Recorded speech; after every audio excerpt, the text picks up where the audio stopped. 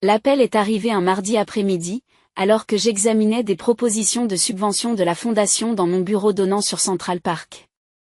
Emma, c'est maman. Sa voix avait ce ton prudent qu'elle utilisait pour annoncer de mauvaises nouvelles déguisées en décisions raisonnables. Il faut qu'on parle de la fête prénatale de Sarah. J'ai posé mon stylo. De quoi s'agit-il? Chérie, nous avons réfléchi. Les amis de Sarah sont tous issus de son programme d'internat. Pédiatre, gynécologue-obstétricien, chirurgien. Des femmes très accomplies. Et tu sais à quel point les médecins sont sensibles à la hiérarchie professionnelle. Je ne suis pas sûre de suivre. Ce que je veux dire, c'est qu'ils pourraient vous poser des questions sur votre travail, et quand vous expliquerez que vous êtes administratrice d'une association à but non lucratif, ils pourraient porter des jugements. Sarah ne veut pas que quelqu'un se sente mal à l'aise le jour de sa fête. Les mots ont atterri comme de petites coupures, nettes, précises, conçues pour blesser sans sembler intentionnelles. Je ne suis donc pas invitée à la fête prénatale de ma sœur. Ce n'est pas que tu n'es pas invitée, ma chérie. C'est juste que c'est peut-être mieux si on ne s'adresse qu'à son cercle professionnel. Tu comprends, n'est-ce pas? Ces femmes sont très particulières. J'ai regardé la ligne d'horizon de Manhattan. 47 étages plus bas, les gens menaient leur vie, ignorant que dans cette tour de verre, une femme n'était pas invitée à la fête de sa sœur parce que sa carrière n'était pas assez impressionnante. Je comprends, ai-je dit à voix basse. Oh, c'est bien. Je savais que vous feriez preuve de maturité. Nous aurons un dîner familial privé plus tard, juste tous les 4. Ce sera plus agréable. Quand a lieu la fête? Ce samedi à l'hôtel Rosewood. À 14h. Sarah a réservé la terrasse du jardin. Ça va être magnifique. Le Rosewood. Je le connaissais bien. J'y avais organisé 3 galas de la fondation. Ça a l'air charmant. Ce sera le cas. Et Emma, ce n'est pas personnel. Tu sais que nous t'aimons. Mais parfois, il vaut mieux être pratique pour ces choses-là. Après qu'elle ait raccroché, je suis restée assise en silence pendant un long moment. Puis j'ai ouvert mon ordinateur portable et j'ai consulté mon calendrier. Samedi, à 14h, j'avais bloqué mon temps personnel. J'avais prévu de participer à la fête prénatale de Sarah et d'apporter le hochet en argent gravé que j'avais commandé à Tiffany. A eu lieu de cela, j'ai envoyé un message différent. A. Conseil d'administration de la Fondation Jameson Objet. Réunion de samedi. Examen stratégique requis. J'ai tapé avec soin et professionnalisme. Une question urgente requiert l'attention du conseil d'administration. Je convoque une réunion d'urgence pour samedi, à 14h30, afin de discuter des récents développements concernant nos partenariats avec les hôpitaux. Plus précisément, nous devons faire le point sur notre engagement de 25 millions de dollars envers le Presbyterian Heights Medical Center. Les détails suivront. J'ai appuyé sur envoyer. J'ai ensuite ouvert mes contacts personnels et j'ai trouvé le Dr Elena Reeves, chef du service de chirurgie du Presbyterian Heights. Nous déjeunions tous les mois depuis 3 ans. Depuis que la Fondation Jameson s'était associée à son hôpital pour créer une aile de cancérologie pédiatrique. Moi, Dr. Reeves, assistez-vous à une fête prénatale au Rosewood samedi? Elena, oui. Celle de Sarah Chen. Vous la connaissez? Moi, c'est ma sœur. Elena, votre sœur. Pourquoi n'en as-tu pas parlé? Tu viens? J'aimerais te présenter aux autres participants. Moi, malheureusement, je n'ai pas été invitée. Dynamique familiale. 3 sont apparus. Disparus.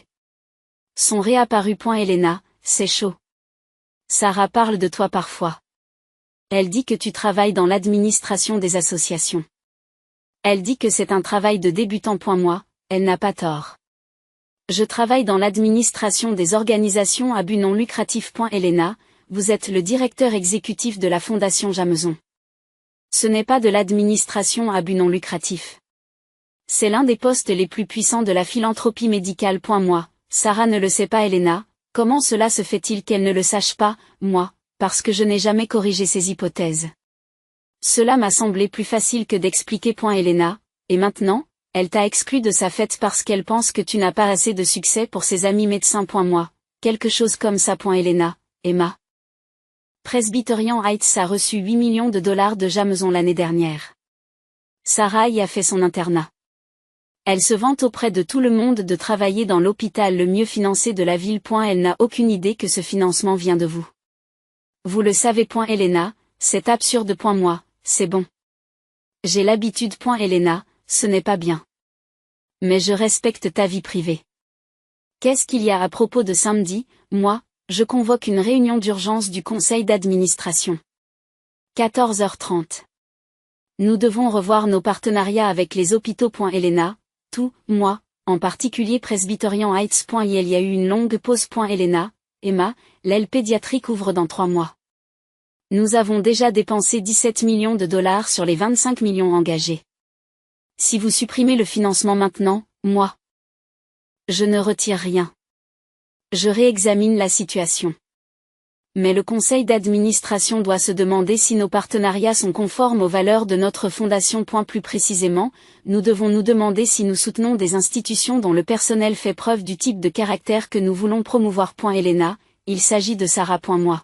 Il s'agit des valeurs institutionnelles. Elena, Emma. Moi, Elena. J'ai donné à Presbyterian Heights 25 millions de dollars en 3 ans. J'ai assisté à toutes les collectes de fonds. J'ai personnellement recruté des donateurs. Et ma sœur, qui travaille dans votre hôpital, a décidé que je n'étais pas assez accomplie pour assister à sa fête prénatale. C'est son choix. Mais c'est aussi mon choix de m'assurer que les ressources de la Fondation soutiennent des environnements qui valorisent toutes les contributions, et pas seulement celles qui viennent avec des titres de docteur en médecine. Elena. J'ai bien compris.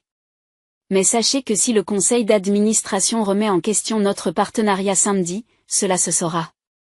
La douche de Sarah sera pleine du personnel de Presbyterian Heights. Ils en entendront parler. Moi, je suis au courant. Elena, et tu es d'accord avec ça? Moi, je suis d'accord pour que la vérité soit visible. J'ai envoyé le message et je me suis adossée à ma chaise. C'est ainsi que ma famille m'appelait. Mon nom légal. Le nom qui figure sur mon acte de naissance et mon permis de conduire. Mais professionnellement, j'étais Emma Jameson Chin. Le nom à trait d'union que j'avais pris lorsque ma grand-mère, Catherine Jameson, m'avait nommé successeur de sa fondation. Grand-mère Catherine avait créé la Jameson Medical Foundation à partir de rien.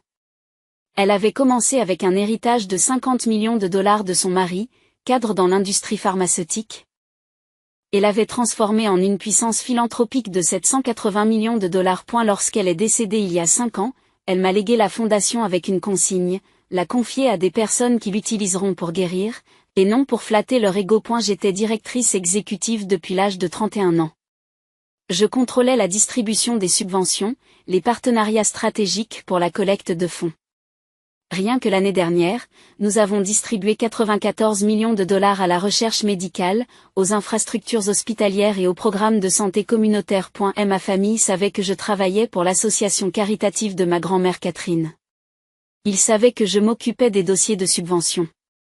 Ils n'avaient jamais posé de questions sur les titres, les responsabilités ou le champ d'action. Sarah, de 4 ans, mon aînée, chirurgienne pédiatrique, la fierté de mes parents, avait toujours été la fille qui réussissait. Diplôme de Harvard. École de médecine Johns Hopkins. Résidence à Presbyterian Heights. Aujourd'hui chef des résidents en chirurgie pédiatrique, avec une carrière prometteuse à la clé. J'étais la fille qui n'était allée qu'à Georgetown et qui avait fini par travailler dans le secteur associatif. Peu importe que le programme de politique publique de Georgetown ait débouché directement sur une bourse à la Fondation Jameson, ce qui a permis à ma grand-mère Catherine de m'encadrer personnellement pendant 6 ans. Mes parents ont présenté Sarah comme notre fille, la chirurgienne.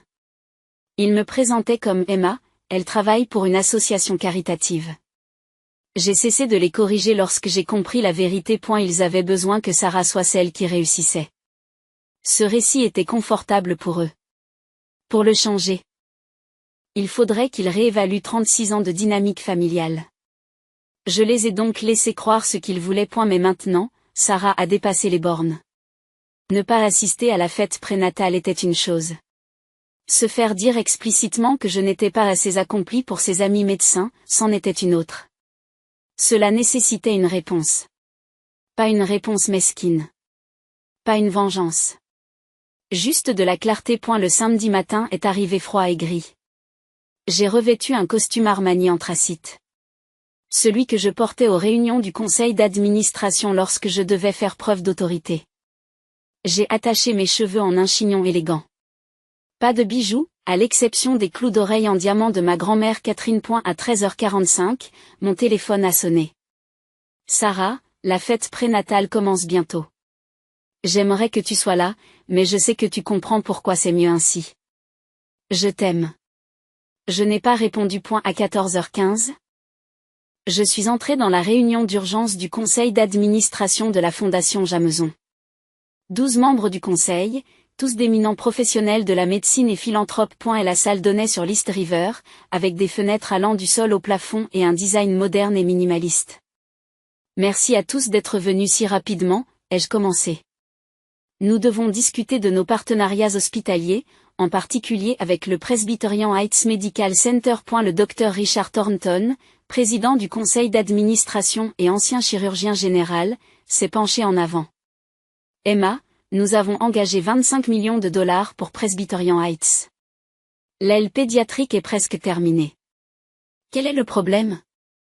Le problème, c'est la culture institutionnelle. Nous avons investi des ressources considérables dans Presbyterian Heights en raison de leur engagement en faveur de soins inclusifs et centrés sur le patient. Je dois vérifier que cette culture s'étend à la manière dont ils traitent tous les collaborateurs, et pas seulement ceux qui ont un diplôme de médecine. Patricia Jao, membre du conseil d'administration et administratrice d'hôpital à la retraite, fronce les sourcils. Il s'est passé quelque chose? J'ai appris que certains membres du personnel de Presbyterian Heights fonctionnent selon une hiérarchie qui ne valorise que certains types de réussite professionnelle. Nous avons démontré une tendance à rejeter les professionnels non médicaux comme ayant moins de valeur. C'est inquiétant, dit Richard. Avez-vous des exemples précis? Oui. Mais j'aimerais reporter la discussion détaillée jusqu'à ce que nous entendions directement les dirigeants de Presbyterian Heights. J'ai invité le Dr Elena Reeves, leur chef de chirurgie, à se joindre à nous à 14h45. Elle vient ici, pendant la fête prénatale de Sarah Chen. Les yeux de Patricia s'écarquillent. Emma, Sarah n'est-elle pas ta sœur? Oh oui. Et la compréhension se répandit dans la pièce. Richard se racle la gorge. Emma, est-ce que tu mélanges les affaires familiales personnelles avec les affaires de la fondation? Je m'assure que les ressources de la Fondation soutiennent des institutions dont les valeurs sont en accord avec notre mission. Et si le personnel de Presbyterian Heights pense que seuls les médecins contribuent de manière significative aux soins médicaux, s'il exclut et diminue activement les autres professionnels, nous devons nous demander s'il est le bon partenaire pour une fondation fondée sur l'excellence inclusive. Et la salle s'est tue. À 14h47, mon assistante fait entrer le Dr Elena Reeves dans la salle de conférence. Elle avait l'air stressée, encore dans sa robe de la douche, manifestement partie tôt. Dr Reeves, je vous remercie d'être venu, ai-je dit formellement. Le conseil d'administration a des questions sur la culture institutionnelle à Presbyterian Heights. Elena s'est assise et m'a regardé d'un air qui disait « Je n'arrive pas à croire que vous fassiez cela. » Richard a pris la parole en premier. Dr Reeves, Emma s'est inquiétée de la façon dont Presbyterian Heights valorise les professionnels non médicaux. Pouvez-vous nous parler de la culture de votre établissement? Elena reprend son souffle. Presbyterian Heights s'est toujours enorgueilli d'offrir des soins collaboratifs et interdisciplinaires. Nous employons et respectons un large éventail de professionnels, infirmières, administrateurs, travailleurs sociaux, chercheurs. Notre déclaration de mission valorise explicitement toutes les contributions aux soins des patients. Et dans la pratique, demande Patricia. Dans la pratique, nous sommes humains. Parfois, le personnel médical peut être hiérarchisé. C'est un problème qui touche l'ensemble du secteur. Les médecins ne reconnaissent pas toujours que la guérison passe par de nombreuses mains, et pas seulement par des mains chirurgicales. La Fondation a-t-elle déjà exprimé des préoccupations à ce sujet, demanda Richard. Non. Emma n'a été que d'un grand soutien. Elle a assisté à toutes les collectes de fonds, a recruté des donateurs importants, a défendu personnellement notre aile de cancérologie pédiatrique. Alors pourquoi en discuter maintenant? Elena hésite, me regarde. J'ai hoché la tête. Parce que j'ai assisté à une fête prénatale cet après-midi pour le Dr Sarah Chin, l'une de nos internes en chirurgie. Pendant la fête, La mère de Sarah a mentionné que la sœur de Sarah ne pouvait pas venir parce qu'elle travaille dans l'administration à but non lucratif et qu'elle ne s'intégrerait pas à toutes les femmes accomplies ici. La mâchoire de Patricia se resserre. Et la sœur de Sarah, c'est moi, dis-je à voix basse. Sarah est ma sœur. Elle m'a exclue de sa fête de naissance parce qu'elle pense que je n'ai pas assez de succès pour fréquenter ses amis médecins. La salle a explosé. C'est inadmissible. Elle ne sait pas qui vous êtes? Comment est-ce possible? J'ai levé la main. Sarah sait que je travaille pour la Fondation Jameson. Elle ne m'a jamais demandé quel était mon rôle. Elle suppose que je traite les demandes de subvention ou que je remplis des dossiers. Je ne l'ai jamais détrompée. Pourquoi pas? Demande Richard. Parce que ma famille avait besoin que je réussisse moins bien que Sarah. C'était le rôle qui m'était assigné. Les corriger aurait perturbé l'ensemble de leur récit familial. Alors vous avez financé son hôpital à la place? La voix de Patricia est tranchante. J'ai financé un hôpital qui fait de l'excellent travail. Le fait que Sarah y travaille est une coïncidence. Mais son attitude, l'indifférence à l'égard des professionnels non médicaux, l'idée que seuls les médecins apportent une contribution significative, tout cela représente un problème culturel que nous devrions prendre en considération. Elena prend la parole.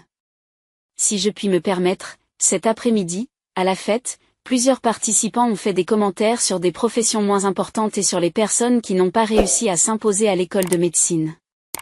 L'attitude décrite par Emma est réelle. Elle existe dans notre institution. Et vous êtes le chef du service de chirurgie, dit Richard.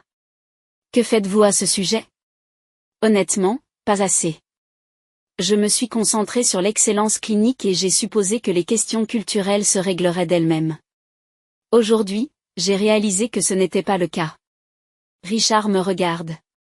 Emma, que voulez-vous?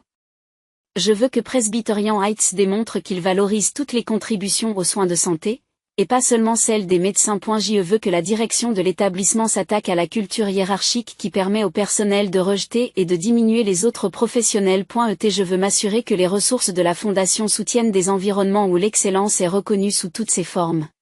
Si Presbyterian Heights ne répond pas à ces normes, alors nous terminerons nos engagements actuels et redirigerons les financements futurs vers des institutions qui y répondent.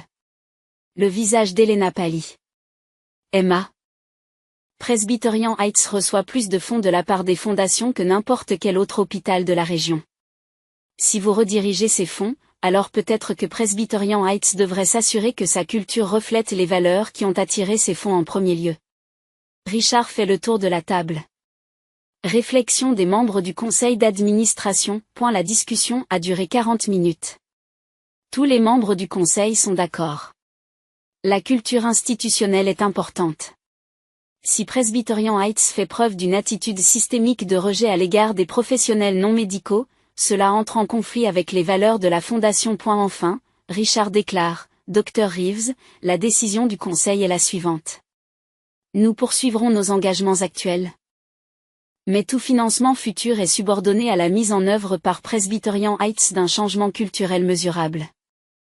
Nous voulons des rapports trimestriels sur les initiatives visant à résoudre le problème de la hiérarchie professionnelle. Nous voulons que le personnel soit formé au respect interdisciplinaire. Et nous voulons un engagement visible de la direction à valoriser toutes les contributions aux soins des patients. Je comprends, a déclaré Elena à voix basse. Vous avez 90 jours pour présenter un plan d'action. D'ici là, toutes les nouvelles demandes de subventions sont gelées. Après le départ d'Elena, les membres du conseil se sont attardés. Patricia s'est approchée de moi. Emma, il a fallu du courage. Il a fallu atteindre un point de rupture. Votre sœur n'a aucune idée de ce qu'elle a coûté à son hôpital, n'est-ce pas? Pas encore. Elle le fera bientôt. Le mot circule vite dans les cercles médicaux. J'ai acquiescé. Je sais point à 16h17. Alors que j'étais encore dans les suites de la réunion du conseil d'administration, mon téléphone s'est mis à sonner.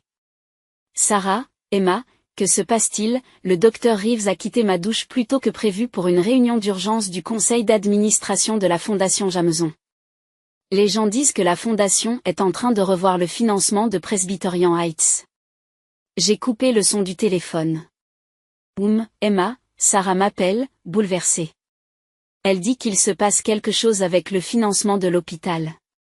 Sais-tu quelque chose à ce sujet? Sarah. Pourquoi la fondation Jameson remet-elle soudain en question Presbyterian Heights? Cela va donner une mauvaise image de nous tous, les résidents.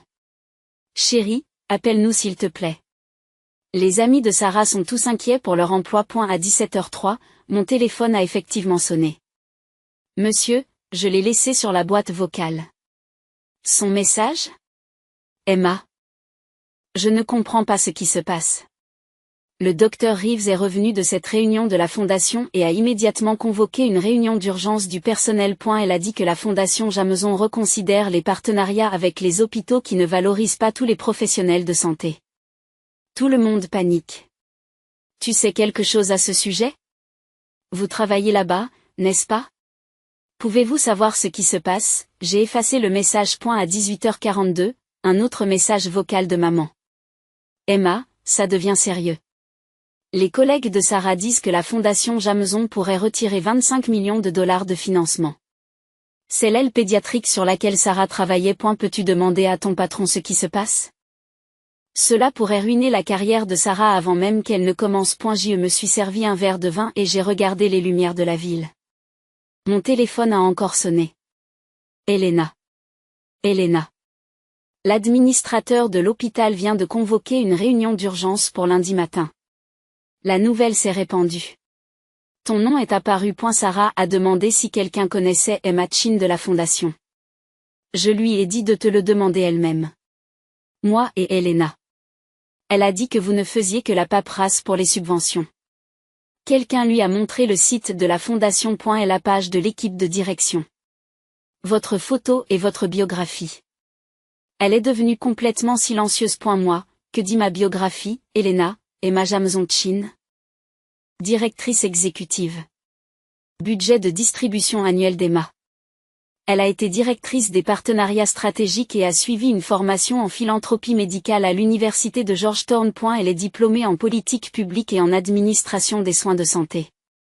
Sous sa direction, la fondation a distribué plus de 380 millions de dollars à la recherche médicale et aux infrastructures hospitalières. Moi, très complet. Elena, Emma n'en avait aucune idée.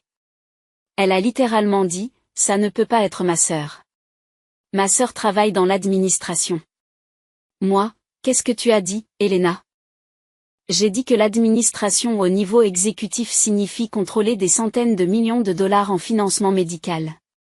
Que la paperasserie des subventions signifie décider quels hôpitaux obtiennent des ailes pédiatriques de classe mondiale et lesquels n'en obtiennent pas. Qu'elle aurait peut-être dû vous poser des questions sur votre véritable travail au lieu de faire des suppositions. Moi, comment a-t-elle réagi, Elena? Elle m'a demandé votre numéro de téléphone. Je lui ai dit qu'elle l'avait déjà. À 19h28, Sarah a rappelé. Cette fois, j'ai répondu Emma. Sa voix était serrée. J'ai besoin que tu me dises quelque chose. D'accord. Êtes-vous Emma Jameson Chin, directrice exécutive de la fondation Jameson? Oui. Silence. Un long et pénible silence. Vous êtes la personne qui contrôle la subvention de 25 millions de dollars à Presbyterian Heights. Je suis la personne qui a recommandé cette subvention au conseil d'administration, oui. Et aujourd'hui, vous avez convoqué une réunion d'urgence du conseil pour reconsidérer la situation. Pour revoir nos partenariats hospitaliers, oui. À cause de quoi? Parce que je ne t'ai pas invité à ma fête prénatale. Parce que vous ne m'avez pas invité à votre baby shower parce que vous pensiez que je n'étais pas assez douée pour fréquenter vos amis médecins. Il y a une différence. Emma, ce n'est pas ce que je voulais dire. C'est exactement ce que tu voulais dire, Sarah. Maman m'a appelé mardi et m'a dit que tes amies sont toutes issues de ton programme d'internat, des femmes très accomplies, et qu'elles pourraient porter un jugement sur mon travail dans l'administration d'associations à but non lucratif. Elle m'a dit que tu ne voulais pas que quelqu'un se sente mal à l'aise le jour de ton anniversaire. J'essayais de te protéger. De quoi? Des femmes qui ont réussi et qui pourraient me poser des questions sur mon travail? Sarah. Je supervise près de 100 millions de dollars de subventions médicales annuelles. Je travaille en partenariat avec les PDG des hôpitaux et les directeurs de recherche. Je recrute des donateurs milliardaires et je négocie des engagements de financement pluriannuels. De quoi me protégeons exactement?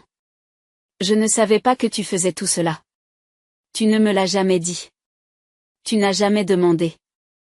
En 10 ans de dîner de fête, tu ne m'as jamais demandé ce que je faisais vraiment. Tu m'as demandé si mon travail avait de bons avantages. S'il est stressant. Et si je suis heureuse de faire de la charité. Mais vous ne m'avez jamais demandé quelles étaient mes responsabilités, mon budget, mes décisions stratégiques. Vous avez dit que vous travailliez dans l'administration des subventions.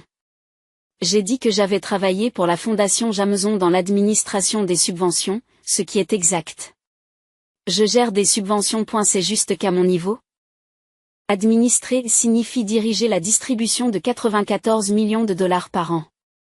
Mais vous avez entendu administration et décidé que cela signifiait que j'étais une gratte d'âche-papier. Et la voix de Sarah se brise. Vous punissez donc mon hôpital parce que j'ai fait des suppositions sur votre travail? Je ne punis personne. Je m'assure que les ressources de la Fondation soutiennent des institutions dont la culture correspond à nos valeurs. Presbyterian Heights a un problème de hiérarchie professionnelle. Le personnel, vous y compris, part du principe que seuls les médecins contribuent de manière significative aux soins de santé. Cela va à l'encontre de la mission de notre fondation. Ce n'est pas juste. N'est-ce pas? Sarah? Vous m'avez exclu de votre baby shower parce que vous pensiez que ma carrière n'était pas assez impressionnante pour vos amis médecins. Tu as pris cette décision en te basant uniquement sur la hiérarchie professionnelle. Tu as démontré exactement le problème culturel qui me préoccupe. Emma, si la fondation retire son financement, l'aile pédiatrique n'ouvrira pas. Je travaille sur ce projet depuis 1 an. Ce sera ma spécialité. Alors peut-être que Presbyterian Heights devrait montrer qu'ils apprécient toutes les personnes qui rendent cette aile possible. Les administrateurs qui coordonnent la construction. Les collecteurs de fonds qui obtiennent des dons. Les directeurs de subventions qui approuvent le financement. Les dirigeants des fondations qui défendent le projet. Pas seulement les chirurgiens qui y travailleront. Vous êtes vindicatif. Je suis cohérent avec les valeurs de la fondation. Il y a une différence. Emma. S'il te plaît. Cela va ruiner ma carrière. Tout le monde sait que l'aile pédiatrique est financée par la Fondation Jameson. Si ça s'effondre, ça se répercute sur nous tous, les résidents. Alors travaillez avec le Dr Reeves pour changer la culture. Montrez l'engagement de l'établissement à valoriser tous les professionnels de la santé. Démontrez que Presbyterian Heights reconnaît l'excellence sous toutes ses formes, et pas seulement celle qui vient avec un diplôme de docteur en médecine. Je n'arrive pas à croire que vous fassiez cela. Je n'arrive pas à croire que vous pensiez si peu de bien de ma carrière que vous m'ayez exclu de votre célébration. Mais nous y voilà. Elle a raccroché. Lundi matin, en arrivant à mon bureau, j'ai trouvé 17 appels manqués de membres de ma famille. Je les ai tous ignorés. À 10h15, mon assistante a sonné. Mademoiselle Jameson Chin. Il y a une Sarah Chin qui veut vous voir. Elle dit être votre sœur. Elle n'a pas de rendez-vous. J'ai regardé mon reflet dans la fenêtre. Une posture parfaite. Professionnelle. Composée. Je l'ai fait monter. Sarah est entrée dans mon bureau et s'est arrêtée net. Elle a admiré la vue, les œuvres d'art, le bureau en acajou, les photos de moi en compagnie d'administrateurs d'hôpitaux et de lauréats du prix Nobel. C'est votre bureau, dit-elle. Oui, il est immense. Les bureaux des directeurs exécutifs ont tendance à l'être. Elle s'est approchée de la fenêtre qui donne sur Central Park. Je n'en avais aucune idée. Je sais. Emma, je suis venue m'excuser. Pourquoi en particulier? Pour ne pas t'avoir invité à ma fête prénatale. Pour avoir fait des suppositions sur ta carrière. Pour ne pas savoir qui tu es réellement. Ce sont 3 excuses distinctes. Prenons-les une par une. La fête du bébé. Tu comprends pourquoi ça t'a fait mal? Sarah acquiesce. Des larmes se forment. Parce que je t'ai exclu par snobisme professionnel. J'ai décidé que tu n'avais pas assez de succès pour être avec mes amis. C'était cruel. Oui, c'est vrai. Ensuite. Les hypothèses sur ma carrière. Tu comprends le problème? Je ne t'ai jamais demandé ce que tu faisais réellement. J'ai entendu association et administration et j'ai supposé qu'il s'agissait d'un travail de débutant. Je n'ai jamais vérifié. Je n'ai jamais montré d'intérêt. Et le dernier, ne pas savoir qui je suis? Je suis ta sœur depuis 36 ans et je n'ai aucune idée de ce à quoi ressemble ta vie. Ce que tu as accompli. Ce que tu fais tous les jours. Je me suis tellement concentrée sur ma propre carrière que je n'ai jamais pris la peine de comprendre la tienne. Pourquoi pas? Sarah s'assoit lourdement. Parce qu'il était plus facile d'être la fille qui réussit si tu étais celle qui réussit moins bien. Parce qu'en me comparant à toi, je me sentais mieux dans ma peau. J'avais besoin que tu sois plus petite pour me sentir plus grande. L'honnêteté est surprenante. Merci d'avoir dit cela, ai-je dit à voix basse. Ce n'est pas pour autant que c'est bien. Non. Mais c'est un début. Emma, l'hôpital est en crise. Le docteur Reeves a organisé une réunion de tout le personnel ce matin. Elle a expliqué que la Fondation Jameson reconsidère les partenariats avec les institutions qui font preuve de hiérarchie professionnelle. Elle a raconté qu'une de nos résidentes avait exclu sa sœur d'une célébration parce qu'elle travaillait uniquement dans l'administration, sans savoir que cette sœur contrôlait la fondation qui finançait notre expansion. Comment les gens ont-ils réagi? L'horreur. Honte. Reconnaissance immédiate que nous avons un problème de culture. Le docteur Reeves a annoncé une formation obligatoire sur le respect interdisciplinaire. Elle a créé un comité chargé d'examiner les attitudes institutionnelles à l'égard des professionnels non médicaux. Elle a été très claire. Si nous ne changeons pas, nous perdrons notre financement. C'est bien. Mais Emma, c'est à cause de moi que c'est arrivé. Tout le monde sait que c'était ma fête de bébé. Je suis devenue le visage de tout ce qui ne va pas dans notre culture. Est-ce que c'est juste? Complètement. J'ai démontré le problème exact. Et maintenant je dois vivre avec les conséquences. Nous sommes restés assis en silence. Finalement, Sarah a demandé ce que je devais faire. Pour régler ce problème. Personnellement ou professionnellement, les deux. Personnellement, tu dois apprendre à me connaître. Non pas en tant que sœur moins performante, mais en tant que personne réelle avec une carrière réelle. Cela signifie poser des questions, montrer de l'intérêt, traiter mon travail avec le même respect que vous voulez pour le vôtre. C'est fait. Quoi d'autre? Tu dois t'asseoir avec l'inconfort de réaliser que tu t'es trompé à mon sujet. Ne pas se précipiter. Ne pas le faire disparaître rapidement. Le ressentir réellement. Je le ressens. C'est bien. En outre, vous devez être la voix la plus forte pour changer la culture de Presbyterian Heights. Utilisez votre statut de chef des résidents. Faites comprendre que la hiérarchie professionnelle est inacceptable. Menez le changement. C'est ce que je ferai. Sarah, vous devez comprendre quelque chose. Je n'ai pas retiré le financement par vengeance mesquine. Je l'ai retiré parce que vous avez fait preuve d'un décalage fondamental entre les valeurs déclarées de votre institution et sa culture réelle. Si Presbyterian Heights doit recevoir le soutien de la Fondation? Elle doit le mériter. Je comprends. Vous? Parce qu'il ne s'agit pas de vous et moi. Il s'agit de savoir si les hôpitaux accordent de l'importance à toutes les personnes qui rendent la guérison possible. Les chercheurs. Les administrateurs. Les collecteurs de fonds. Les experts en politique. Si les institutions médicales ne célèbrent que les médecins, elles passent à côté de la moitié de l'équation. Sarah acquiesce. Vous avez raison. Et nous avons eu tort. J'ai eu tort. Oui, vous vous êtes trompé. Je peux te demander quelque chose? Allez-y. Pourquoi ne nous as-tu jamais corrigés? Pourquoi ne nous as-tu pas fait voir? J'y ai pensé. Parce que se battre pour être reconnu est épuisant. Parce que j'étais fatiguée de justifier ma valeur. Parce que j'ai décidé qu'il était plus facile de construire quelque chose d'indéniable que d'argumenter constamment pour être reconnu.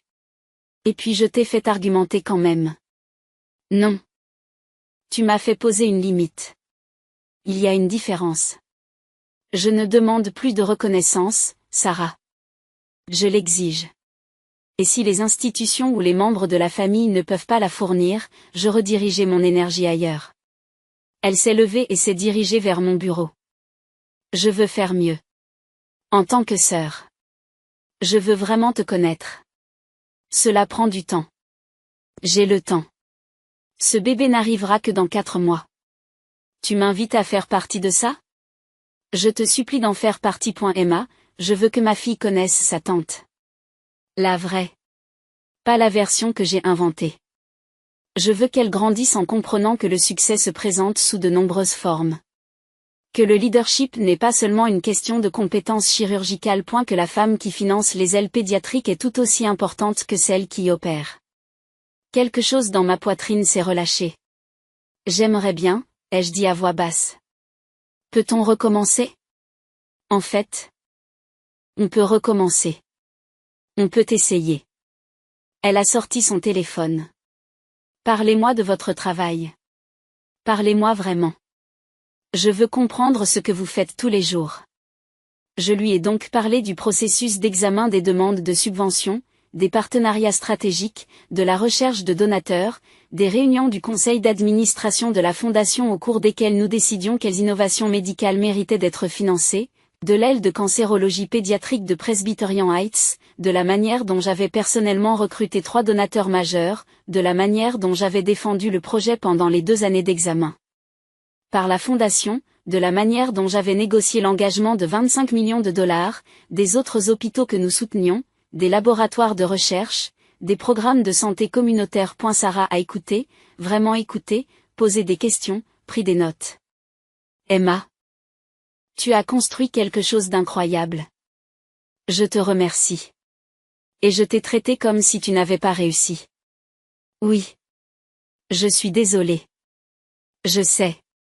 3 mois plus tard, Presbyterian Heights a ouvert l'aile de cancérologie pédiatrique Jameson. La cérémonie d'inauguration était magnifique. Les familles, le personnel, les membres du conseil d'administration étaient tous présents. Le Dr Reeves a prononcé un discours sur l'excellence interdisciplinaire. Il a expliqué que la guérison nécessitait une collaboration entre les médecins, les infirmières, les chercheurs, les administrateurs et les philanthropes.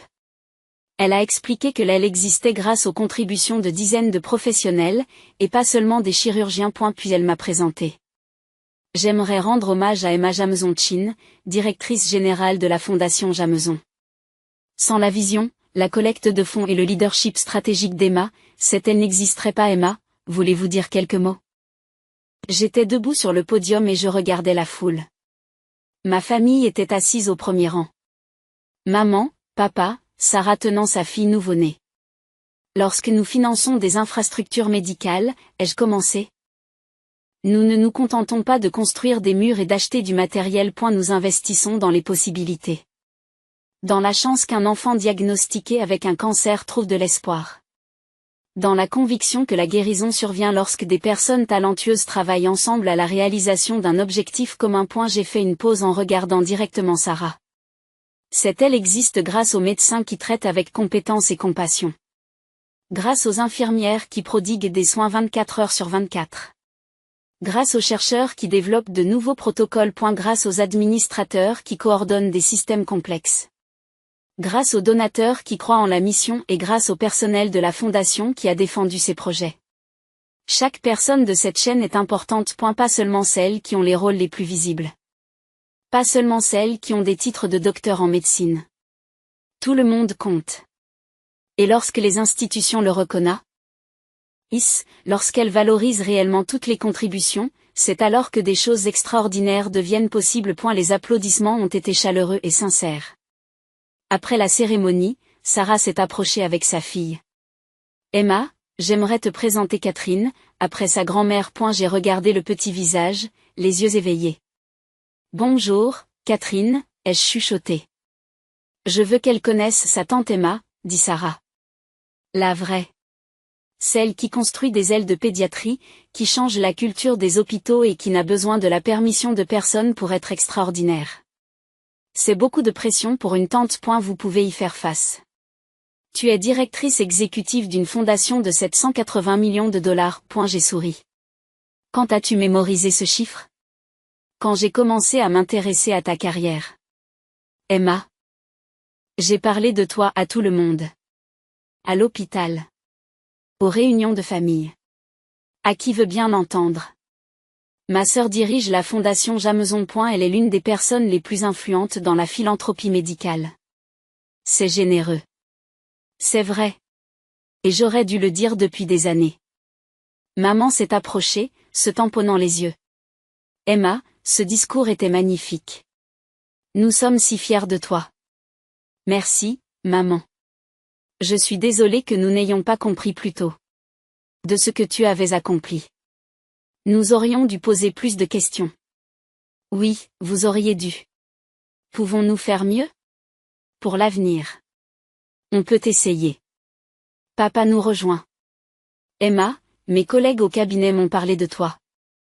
Apparemment, la fondation Jameson est légendaire dans les milieux associatifs. Je n'en avais aucune idée. C'est bon. Papa. Tu sais maintenant. Ça ne va pas. Nous t'avons laissé être invisible trop longtemps. Ça change maintenant. Et ça a changé. Totalement. Imparfaitement. Mais cela a changé. Les dîners en famille se sont transformés en véritables conversations sur mon travail. Les réunions de vacances ont été l'occasion de poser des questions sur les projets de la fondation. Sarah m'appelait régulièrement, non seulement pour les grands événements, mais aussi pour me demander comment s'était passée ma semaine. La transformation n'a pas été instantanée. Des années de rejet ne disparaissent pas du jour au lendemain. Mais elle était réelle. Et c'était suffisant. 6 mois après l'ouverture de l'aile pédiatrique, j'ai reçu une lettre de Presbyterian Heights. Le docteur Reeves m'avait écrit pour m'informer que l'hôpital avait achevé son initiative de transformation culturelle. Formation du personnel au respect interdisciplinaire. De nouvelles politiques valorisant toutes les contributions professionnelles. Amélioration mesurable de la manière dont les professionnels non médicaux sont traités. Et la lettre concluait, ce changement a commencé par une conversation difficile. Avec votre volonté d'exiger mieux. Nous vous sommes reconnaissants de votre leadership et de votre refus d'accepter une culture qui ne méritait pas le soutien de votre fondation. J'ai convoqué le conseil d'administration. Presbyterian Heights a fait le travail, leur ai-je dit. Ils ont fait preuve d'un véritable changement culturel. Je recommande que nous approuvions leur demande pour la prochaine phase de financement. Richard a souri. L'agrandissement du laboratoire de recherche? Oui. 18 millions de dollars sur 3 ans. Et vous êtes sûr qu'ils l'ont mérité? Oui. Le conseil d'administration a voté à l'unanimité en faveur du projet. Après la réunion, Patricia m'a prise à part. Emma, ce que vous avez fait, forcer un changement institutionnel en menaçant de retirer le financement. C'était controversé. Certains ont pensé que c'était trop personnel. C'était personnel. Et c'était aussi juste. Je suis d'accord. Mais tout le monde n'aurait pas eu le courage de le faire. Je n'ai pas eu besoin de courage, Patricia. J'avais juste besoin d'être assez fatiguée d'être diminuée. Elle rit. Quoi qu'il en soit, cela a fonctionné. Presbyterian Heights est une meilleure institution grâce à vous. Et votre sœur est une meilleure personne. Elle essaie. C'est ce qui compte. 1 an après la baby shower à laquelle je n'avais pas été invitée, Sarah a organisé une fête pour le premier anniversaire de Catherine. L'invitation est arrivée par la poste. Formelle et magnifique. Vous êtes invité à célébrer le premier anniversaire de Catherine. Samedi, 14h, Rosewood Hotel Garden Terrace. Nous avons hâte de fêter cela avec les personnes qui comptent le plus. En bas, dans l'écriture de Sarah, Emma, s'il te plaît, viens. Ce ne serait pas pareil sans toi, sans ta famille. Et cette fois, je sais exactement qui tu es. Je suis allée à la fête. Les mêmes médecins étaient là. Les mêmes femmes accomplies qui avaient organisé la baby shower. Cette fois, Sarah m'a présenté correctement. Tout le monde, voici ma sœur, Emma. Elle est la directrice exécutive de la fondation Jameson. C'est grâce à elle que Presbyterian Heights dispose d'installations de classe mondiale. Elle est l'une des personnes les plus respectées dans le domaine de la philanthropie médicale. Et je suis incroyablement fière d'être sa sœur. Les médecins m'ont regardé avec une nouvelle reconnaissance. Plusieurs d'entre eux se sont approchés de moi pour me remercier du soutien de la fondation et me poser des questions sur les possibilités de subvention. Ils m'ont traité comme la professionnelle que j'avais toujours été. C'était gratifiant. Mais ce n'était pas la raison pour laquelle j'étais venue. J'étais venue parce que Sarah me l'avait demandé. Parce qu'elle avait fait le travail de me voir. Parce qu'elle avait gagné le droit de faire la fête avec moi. Alors que la fête se terminait, Sarah m'a retrouvée sur la terrasse. Merci d'être venue. Merci de m'avoir invité. Comme il se doit, cette fois. Emma, j'ai repensé à cette baby shower. À ce que j'ai dit. Ce que j'ai cru à propos de toi. Nous avons dépassé ça. C'est le cas? Parce que je ne suis pas sûre que ce soit le cas. Je me réveille parfois en me rappelant que je t'ai exclu parce que je pensais que tu n'avais pas assez de succès. Cela me rend malade. Sarah, tu as le droit de te pardonner. Vraiment? Même si j'ai eu tort. Surtout parce que tu avais tort. Tu l'as reconnu. Tu as changé. C'est ce qui compte. Je veux que Catherine grandisse différemment de moi. Je veux qu'elle pose des questions, qu'elle ne présume jamais de la valeur de quelqu'un en fonction de son titre ou de ses diplômes, qu'elle comprenne que le succès a plusieurs visages. Alors apprenez-lui cela. Je le ferai. Avec ton aide, Emma, feras-tu partie de sa vie? Vraiment une partie de sa vie. J'aimerais bien. Nous avons regardé Catherine trottiner dans l'herbe, chasser les bulles, rire. Elle a de la chance, dit Sarah, de t'avoir comme tante. J'ai de la chance d'être intégrée. Tu as toujours été incluse. Emma. C'est juste que je ne pouvais pas le voir. Mais je te vois maintenant. Et je ne regarderai plus jamais ailleurs.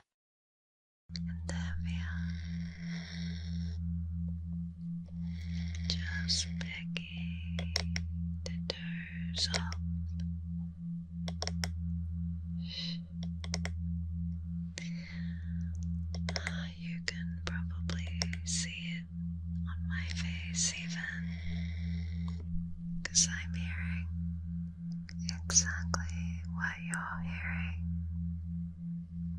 I try to resist the brain melting, but I just can't. It's too powerful.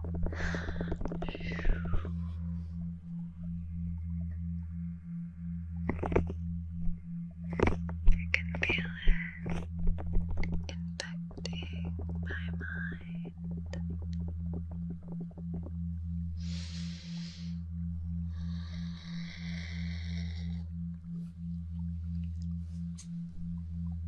Putting me into that trance-like state, like state,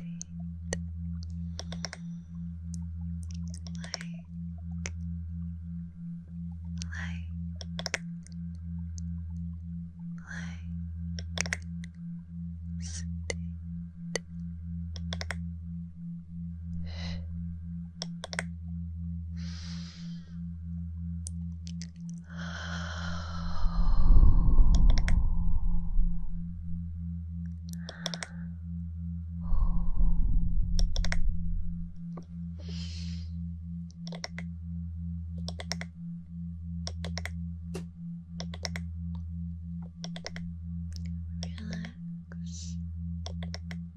So all you've got to do is relax.